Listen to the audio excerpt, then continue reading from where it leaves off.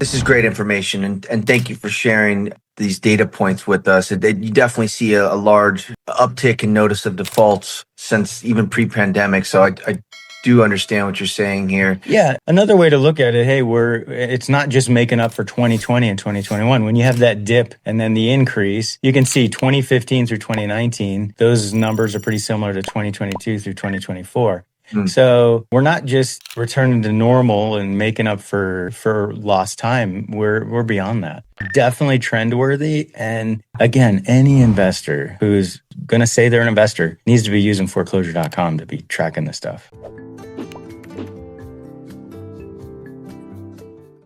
Welcome back, everyone. I'm Tim Jones, the affiliate manager at foreclosure.com. Today, we're taking a closer look inside the foreclosure funnel, a step-by-step guide to understand what's really going on in today's market. Foreclosures are rising again, especially across Southern California. But how much of this is a real warning and how much is just the market returning to normal after years of artificial lows? To help us break it down, I'm joined by Christian Walsh, a licensed real estate broker, an educator, and one of our most trusted voices in the Southern California housing market. Christian, it's great to have you back, my friend. Tim, that was a great opening, and I appreciate the kind words, my friend. That was very nice. Thank you. Well, we're excited to dive into today's topic, and I'd love for you to share the foreclosure funnel you put together because I really think it helps articulate all the different stages that people could potentially go through. I appreciate that. Yeah, and I'm a visual person, so for me, I'm always thinking like charts and graphs and things like that, and I put that content out. So this I thought was a great way to demonstrate what it looks like. So let's get that up here and we will roll through. So I created this, I call it the foreclosure funnel. It's a great visual way to demonstrate what the heck is going on with distressed properties. And it's the full spectrum, Tim, because it's easy to forget that it's not just the end. It's not just that REO property shooting out the other side. There's an entire spectrum going all the way back to the people who are going to miss a payment. So that's the top of the funnel. The biggest part are people out there right now that none of us know are going to miss a payment. They may not even know yet because something can come up in life where suddenly there's a job loss, suddenly the car needs to be fixed, there's somebody goes through a serious health issue. Those things happen and suddenly they can't afford a mortgage payment. Plus property taxes, HOA dues, insurance goes up, it makes everything hard to afford.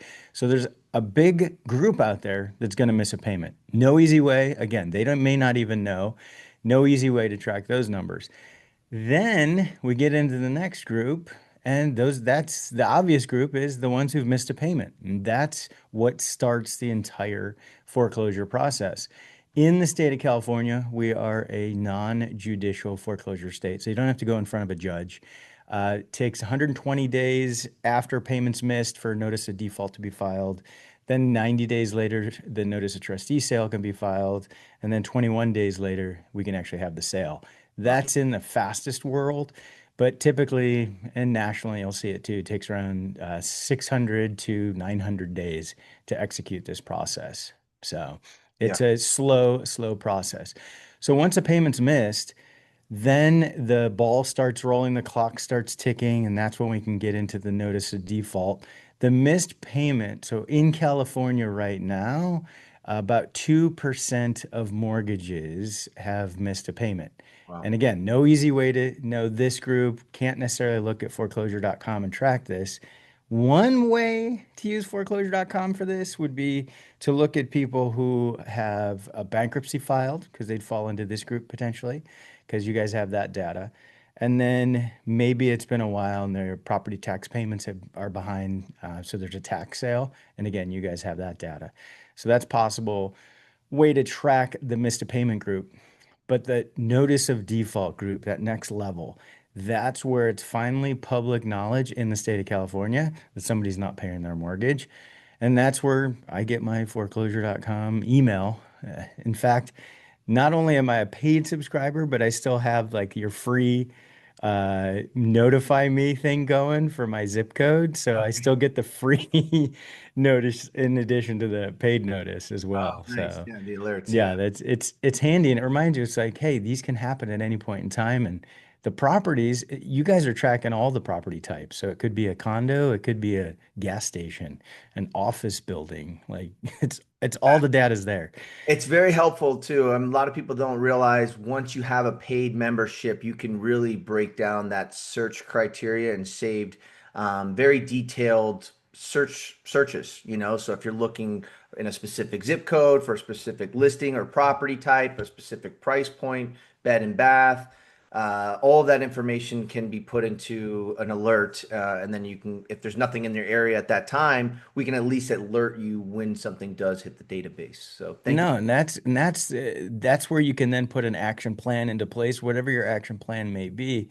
And I just released another market update video on foreclosures in Southern California. And I always say this, like, look, if you consider yourself a real estate investor, you can spring for foreclosure.com.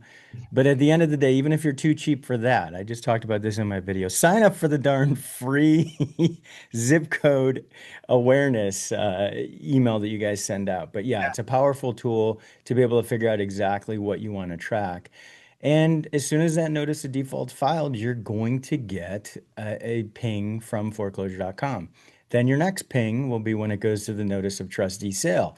So that's where things are starting to get more serious. It's further into the foreclosure funnel and it's getting closer to that actual auction.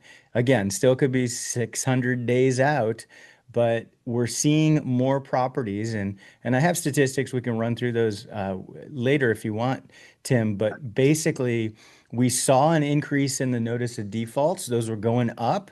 And for about 6 months or a year, it wasn't trickling into that next phase, the notice of trustee sale. But now we're seeing that. So we see increase in the first phase, and now we're seeing an increase in the second phase. So what does that mean? That means there's going to be an increase in the third phase, which is actually the trustee sale itself. We're going to start to see more properties actually getting to the courthouse steps for the auction. Now, is it a huge flood like the global financial crisis, where for example, in LA, REO properties, you have 1,600 properties in a month going back to the bank? Mm, No, we're not there. It's around 20 to 25. mm. But that doesn't mean there's not opportunity for a prudent investor to use foreclosure.com and come up with a plan to actually track this stuff. So trustee sale actually happens at the courthouse steps. And here's a unique thing to California. So after the trustee sale, most states that use the trustee sale, the auction's over. And before SB 1079, once the auction was over, that was it. Whoever paid the most got the property, and that could be a third party, could be somebody who was living there, or it goes back to the bank, back to the Benny, we say. SB 1079 turned everything on its head. So what that means is after foreclosure, after that actual auction takes place, there's a chance for eligible bidders to bid on that property. So there's another 45 days after the auction. Completely changed the process. Third-party investors, this really changed things because they'd go to the auction, bring their big bag of cash, their cashier's checks, they'd buy the property, and then 45 days later, somebody else stole it from them. That was their opinion, stole it, but that was the process. The eligible bidders are a tenant who's living in the property. Mm. They had take super priority. The next biggest group would be somebody who's going to move into the property, so an owner occupant. Then there's a bunch of others like housing trusts and things like that. What the goal was is to get more people into homes. Yeah, It's not set up for investors. Like there aren't theoretically aren't third-party investors that's there very that are interesting. taking Yeah, no, that advantage. seems like a good safety net to have for the. Yeah, but it completely changed the process. So after that, the properties that get through the SB 1079 process, some still go back to the bank. And then the banks have a first look program in California where once it's listed, with the first 30 days, an owner occupant takes priority over investors. And then the part of these are being purchased by third-party investors that come in and they'll go ahead and get the occupants out and fix them up and flip them. So there's the entire foreclosure funnel. So the SB 1079, well, so let's back up. So you can use foreclosure.com anywhere from notice of default on. You could be tracking the properties. Yeah. So that's where foreclosure.com is a great tool. And again, as an investor, figure out where you want to focus in this funnel. Even the people who are going to miss a payment or missed a payment and there's no notice of default, you can have messaging in your marketing to attract those folks.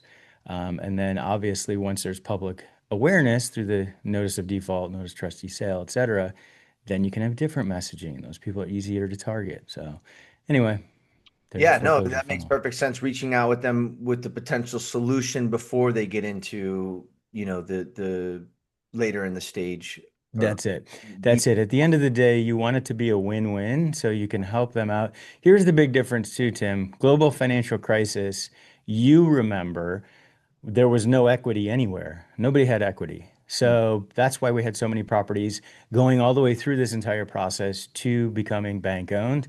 We had short sales as well. Yeah. So the the market, if you were out buying properties, which there still were a lot of buyers, there were still multiple offers back then. So you had your choice of standard sales, short sales, and REO properties, or you could go to trustee sales and try to buy there. So you had a lot of inventory to choose from Mm. back in those days because everything was going through the process. There was no equity. Today, people have equity. So those who are going to miss a payment or have missed a payment, for the most part, most of them have equity unless they took their loan out in 2022 or later, but that's a whole other discussion. So long story short, mutually beneficial, where you can come in as an investor, help them unlock their equity, get out from underneath an asset that they can no longer afford, and you end up getting a deal on something that you can rent out, flip, whatever you want to do. So, No, that's terrific information. I appreciate that, and I'm sure that's very helpful for anyone that's watching.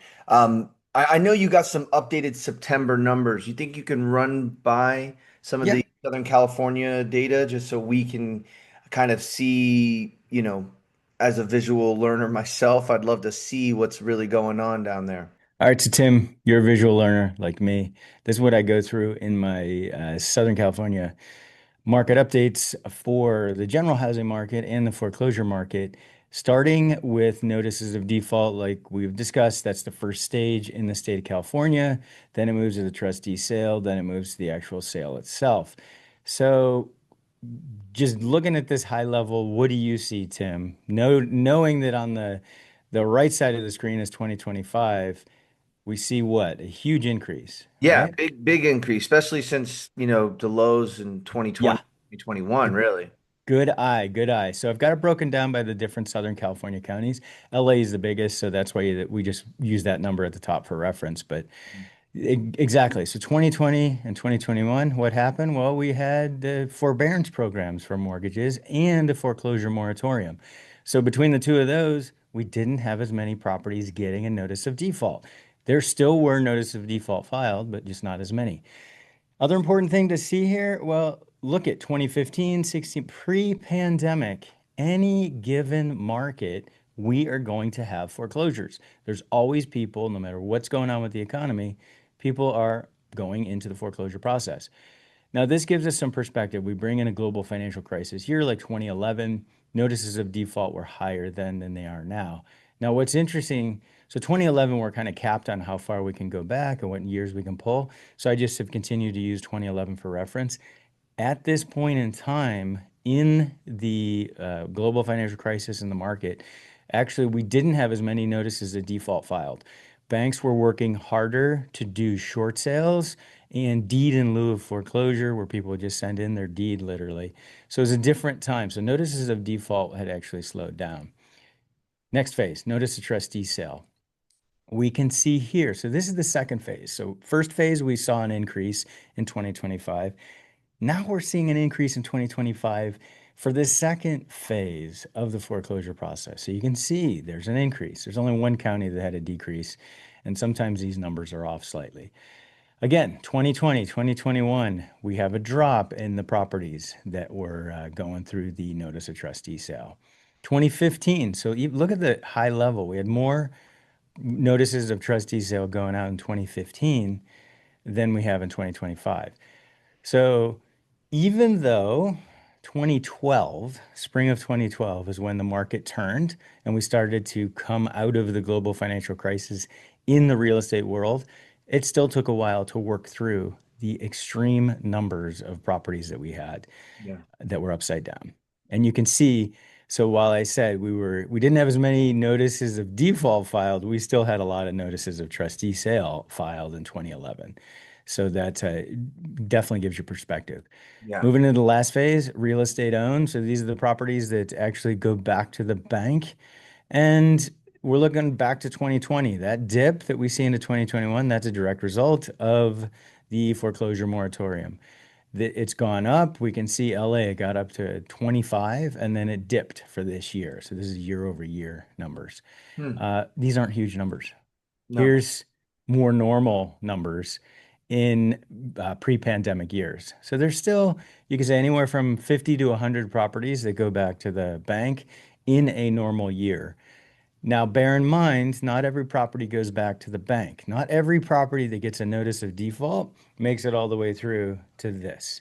Because the notice of default, people have the option to go ahead and work with the bank. They also have the option to sell the property. They have equity today, unlike the global financial crisis. The other thing that happens at the auction is a third party can buy it. And then we have the SB 1079 process where the renter who lives there or an owner occupant can buy it after the auction process. So there's been a decrease in real estate owned inventory because of all those things. But again, you're going to have it in any given market. It's not going to be zero. How about this for context, Tim? Yeah. 1,600 real estate owned, 1,600 bank owned properties, 2011 September in LA. I mean, in LA right now, in a given month, because sales are way down, we may sell only 5 or 6 thousand properties in the entire month Wow. right now. I mean, if you had that many properties coming to the market today, the market would be decimated. We don't have enough demand. Wow. So crazy context and perspective. Yeah. And to get to those levels, it's not going to be a surprise, Tim. Like, it's not like all of a sudden we're going to have 1,600 REOs. We'd have to have 5,000 notices of default, 3,000 notices of trustee sale. So, and we're not at those We're levels. not there. Yeah. Yeah. So are you seeing this, we're still in the safe zone, or are you seeing some early warning signs of stress? So going back to, that's a great question. I like that. Safe zone. So going back to notices of default, so let's say 2015 to 2019 is our baseline, our safe zone for notices of default. That's our baseline that's going to happen in any given market. We're above that. We're almost double that Yeah. for notices of default for the first phase. So is this a all hands on deck? The Titanic's going down? No. But this is, hey, opportunity for buyers and investors who want to continue to track the market. We're going to see more properties start to get to that REO phase, get to the auction. But this is opportunity right here. Like these people, again, I can't belabor this point enough. A lot of these people have equity.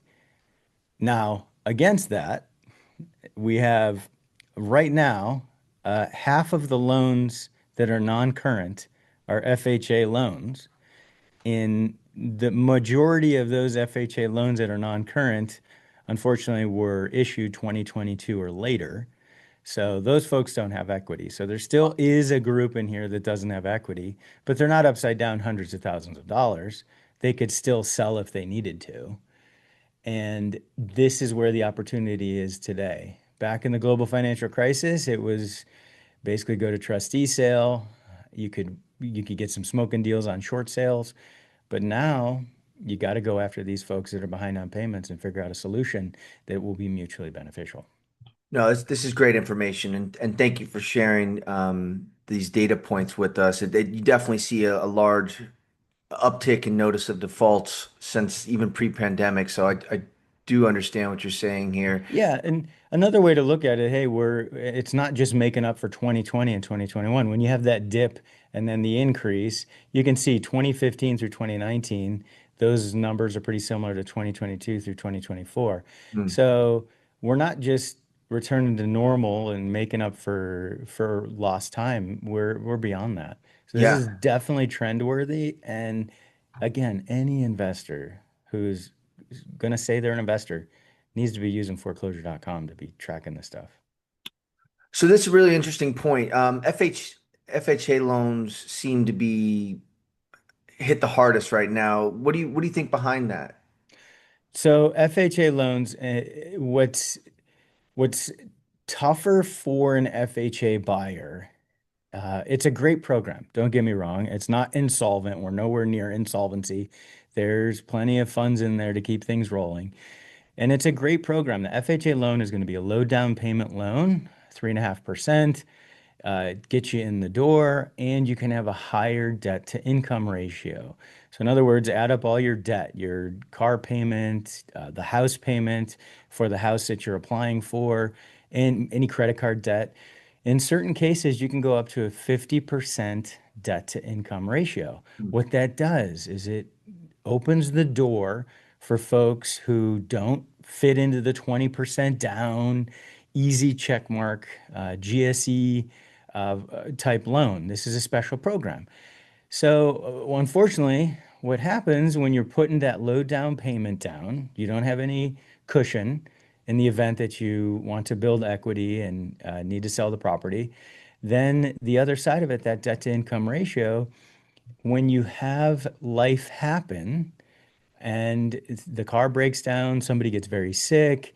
Yeah. Parents, like a lot of folks right now in our age, Tim, and I'm a little older than you, you're starting to get sandwiched where you're helping your kids and at the same time you're helping your parents.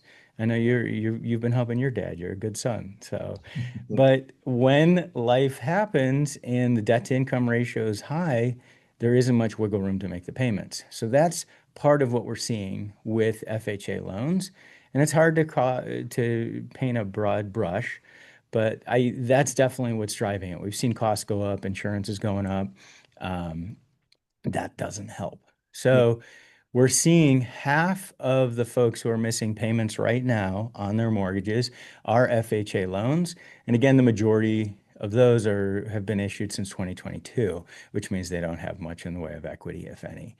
So it's a tough spot to be in. And that's also going to be a certain price segment. Like you don't use a FHA loan on a $5 million house. It's going to be a million or under typically. Now, I know Yeah. the loan limits go higher, but we're just going to say it's around that million or under. Yeah. So, And a million in Californian is what, like 400,000 across the. yeah, yeah, that's a good way to put it. So, Yeah. the median home price in Orange County for a single family home is around 1.2 to 1.3. Wow. So that's the median. So you're hard pressed to find a dinky single family home for less than a million in Orange County. So that gives you perspective It on it. does. It And that's does. the other side of it. Affordability has been so tight that Yeah.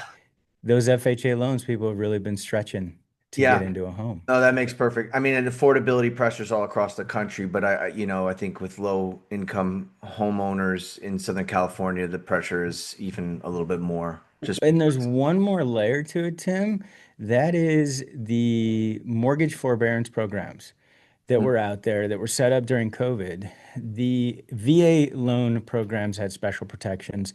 Those actually expired at the end of April in April. 2025. That's And then the special FHA loan protections, those expired at the end of September wow. 2025. Wow. Well, you see in my notices of default data, this is September 1st through September 30th.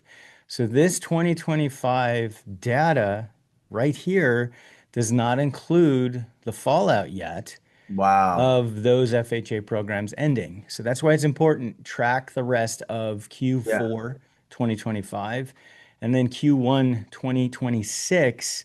That's really when we'll start to see any of the fallout from those that no longer qualify for special programs. So another important piece of context. No, well, th thank you so much for sharing your screen. I think that's good for the audience for right now. You still awake over there? I know I'm throwing a lot of data No, at it's you. a lot of great information, and definitely I'm still awake. Hopefully our audience is as well. But no, that's you brought up some great points there. Going back to your initial funnel, seeing the top of the funnel, a missed payment or getting ready to miss a payment, you start to understand how big that potentially could be, right? Yeah, Just even the fact that the NODs don't include those new FHA loans that are no longer protected by the moratoriums, at least from my correct. perspective, seems like California next month, the next 2 months, could have some more headaches as far as Yeah, distressed now it's property not going to hit the market. it won't show up immediately. There's going to be a lag because the process, that 120 day notice of default process, it's not 120 days, especially for FHA loans, that it goes much longer. There's Hmm. still certain things that the servicers have to do, which that takes time. But we will start to see that. It's going to start to show up in the numbers, and it's it's not it isn't scary. I mean, other than I know it's going to be tough for those folks who are going through this. I'm not making light of that. It's not global financial crisis scary, but it's going to be significant and unfortunate for a lot of folks out there. And that's why I keep talking about mutually beneficial. This isn't time to be a shark and go after people and try to take advantage of them, which, quite frankly, I saw a lot of that in the global financial crisis. I was a brand new agent back then. Yeah. Some of this crazy stuff I saw, but not that time. Come up with a solution that's going to work for both sides. And that's what's going to lead us out of this and get us back to normal. I mean, that's a great point and kind of good segue into my next question, which is what kind of early intervention can an investor or home buyer, bring to the table? I know you talked about short sales earlier. Um, there has been a large equity buildup over the last, since the pandemic, but at what stage would that intervention be appropriate for an investor to start talking about short sales or early intervention? Great question. So what's great today is the access to tools, foreclosure.com being one of those tools, other tools out there. It's much easier to tell today exactly the position that a homeowner is in, whether they actually have equity. And that would be simply looking at the loan balance and the projected market value and seeing what that cushion is. And initially, for those that have a cushion, part of what an investor can do is, and it's going to sound counterintuitive, and some investors are going to say, no, I'm never going to do this. But in your messaging, let people know what that cushion looks like. Let them know they have equity. Mhm. And again, I know some investors are going to say, no, I want the lowest possible price. But whatever use the numbers how you see fit, but a lot of people still don't realize that how much equity they have, and that could be like they're not sleeping at night. They can't make their Yeah. payments. But if you show up and you say, hey, look, you guys have equity, we have a way to help you cash that money in, go to the ATM and get that equity. People are going to be able to sleep, and they're going to definitely, it could be a positive path for them to take. I know people, and we saw this during the global financial crisis, people will throw good money after bad things. Mhm. And that means many different things. But what I'm specifically referencing is they're going to lose their house. They Yeah. don't have a job. They don't have anything they can do to keep the house, but they're still borrowing from friends and family and any credit cards to make a payment on something that they cannot afford anymore. That's Yeah. good money going after that. Yeah. So, what you want to do is share that message. Hey, let's get you out of this. Let's get you out from underneath this while you still have as much equity as possible. And you haven't racked up a bunch of debt on credit cards and borrowed money from family and friends. So anyway, it brings back memories of what happened during the global financial crisis, and I can, it's upsetting. It's I can upsetting. imagine. I can imagine. I think your philosophy of being the solution seems like the best way to help everybody on the table, right? At the table, right? Yeah. Helping And them get that's out of a tricky situation, being transparent, letting them know that if you act now, that you can get out of a tricky situation rather than sticking your head in the dirt and just pretending like everything's going to go away. And that's yeah. a good analogy about, um, about utilizing the funds appropriately and not just putting, what is it, bad money towards, you know, It's good money. Yeah, good yeah, good money money towards towards a a situation you can't solve. bad situation. Like, Yeah, yeah. stop it. Stop doing that. And I Well, saw that. And not to go into examples, but one guy was a postal worker, nicest guy in the world, and he was doing that same thing. Like back then, he had 100% financing. Mm. He had a pick a pay loan, which meant that he was basically making the smallest payment possible when he could make a payment. So it was negative amortizing, so it's going up in value, and he's borrowing off of credit cards to pay for that. It's like there's nothing there, dude. Yeah. Go. Yeah. And I know it's tough. Your kids are happy in their bedrooms, they're happy at the school, and things need to happen. Like the more you can help people understand you've got a problem and here's the path to the solution. And it may be doing things like, hey, here's a rental over here. Keep the kids in the school district. Mm. Get your payment down. It's from this 15,000 a month to 5,000 a month. Like, Yeah. Yeah. Yeah. anyway, Or whatever. solutions. Yeah. So I go deep on this. I Sorry, like it. sorry. No, this is great. No, interesting. Like, what was it? A couple of years ago, it seemed like every investor was just racing towards any distressed property that was out there they could find. But over the last couple of years, it seems like investor sentiment has slowed down across the country. I don't know if that's similar in California. Um, Does what? it, it's a good point. Here's the thing, investor is a word that's used loosely.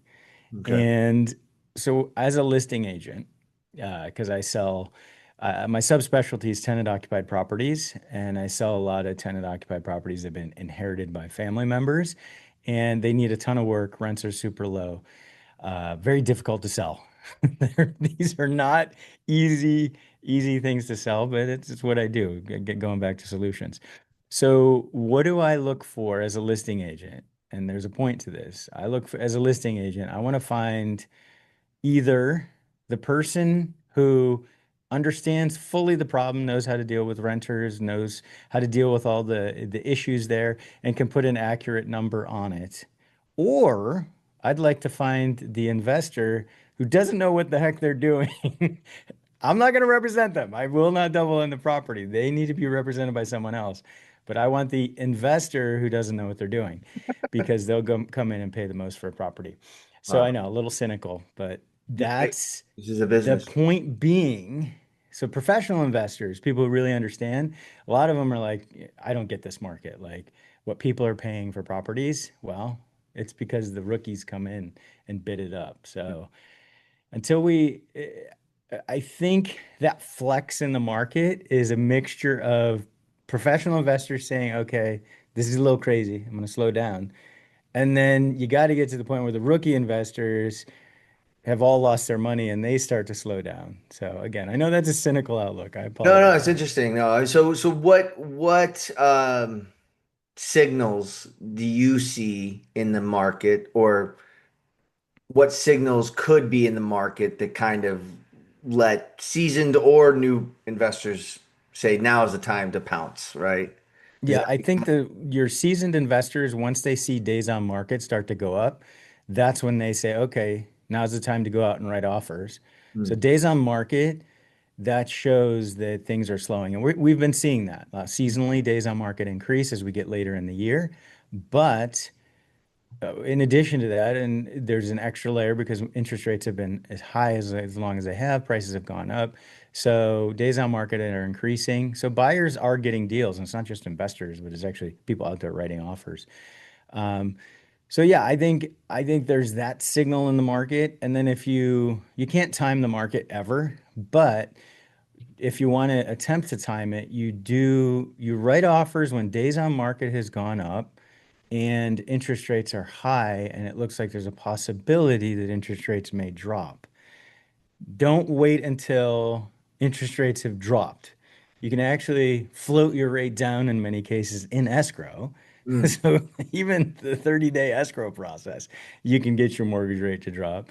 But the minute rates drop to 5.5, guess what? All the people are going to be out there writing offers again. Like you got to be writing offers before it gets to 5.5. In fact, when it gets to 5.5 or low fives or even four again, you could argue that the professional investors may need to disappear unless we get a bunch of inventory. So anyway, does that help? Yeah, that does help. I think I'm gonna be sending some people your way that might have some more questions for that. So I know, I know. Look, it's a contrarian perspective, but it's Warren Buffett. Like, be greedy when others are fearful, and be fearful when others are greedy. Like, Yeah. that's the foundation of it. Well, So, yeah, it doesn't seem like we're quite there yet, but it does seem like we need to have those processes and those systems in place so that yes, when it does hit, you're ready to act, right? Whether you're an very well said. investor or a home buyer trying to find a good opportunity, either way, it seems like you have to have your ducks in a row before you can play the game. Right? Yeah, no, very well said. And that's it. That's why a lot of first-time home buyers will ask about, is it too early to be pre-approved for a loan? And I tell them, like, never too early. Get Yeah. those ducks in a row. Be ready. And then you can get the other ducks in a row. So it's never too early to get ready for what's coming, but you got to be getting ready and then be tracking and then actually pull the trigger when it's time. Well, it's great information. We definitely are diving deep. I know no one has a crystal ball, but as we look ahead, we're getting close to 2026. What do you think is going to happen? What kind of key indicators are you watching to tell whether the market is stabilizing or if we're heading into maybe a deeper correction? I hate to put you on that spot, but No, I do respect your perspective, and I'd love to understand what you're seeing, what I you. appreciate that, Tim. Yeah, the shortest answer is nobody knows anything. Okay. And they never have, but especially right now, Yeah. like nobody can predict what's going to happen. Mhm. And it's even tougher now. Nobody knows when interest rates are going to drop. Nobody knows what's going to happen with inventory. I mean, heck, we don't even know what tariffs are going to be on when we wake up in the morning. Like Yeah, yeah. there's so much uncertainty. As well. But uncertainty is your friend when you're a buyer. It's not your friend when you're a seller. Yeah. So, no, I think so. 2026, continue to live with the uncertainty. Put your blinders on a little bit, uh, and then look at data. Like that's why I do my monthly updates. The monthly updates are looking at the month before, so it is slightly it's a lagging indicator when you look back a month. But pending sales, that's telling us about what's coming for the housing market. So keep tracking pending sales, track mortgage applications, because that's another Mm. leading indicator. If you see more people writing or applying for mortgages, that means, hey, there's more competition out there. Yeah. So keep looking at your leading indicators, have some realistic blinders on, and pull the trigger. Like, make a decision and don't look at Redfin after you buy a house. And don't look at Redfin or Zillow after you sell your house, because I did. I sold my house earlier in the year. And then it's telling me I left 300, 400, 500,000 on the table. I didn't. I know that. Yeah, yeah. But Yeah. just No. make the decision, go. Yeah. That's, and when you got to give yourself grace. You got to say, look, hey, I made the best decision I could at the time.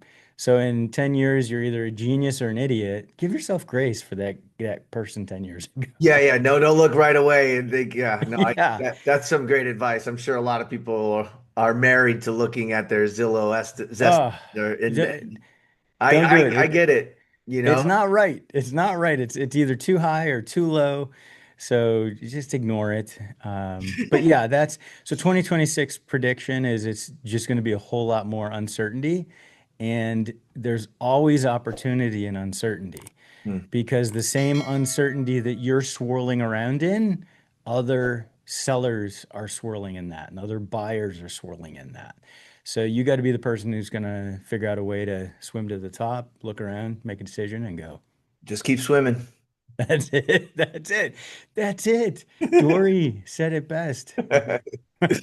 You got Christian, young kids, so you've watched oh yeah, way too many Finding Disney Nemo too movies many these times. days. It's getting a little. I think I'm losing it. I'm going a little cuckoo. But Christian, always appreciate your insights, especially when you back it up with some real data. So I appreciate you bringing those to the table today, and I look Absolutely. forward to our next, time together. For everyone that's still watching, please like this video and subscribe to our channel. It definitely helps the YouTube algorithm show more people that might be interested in this type of content.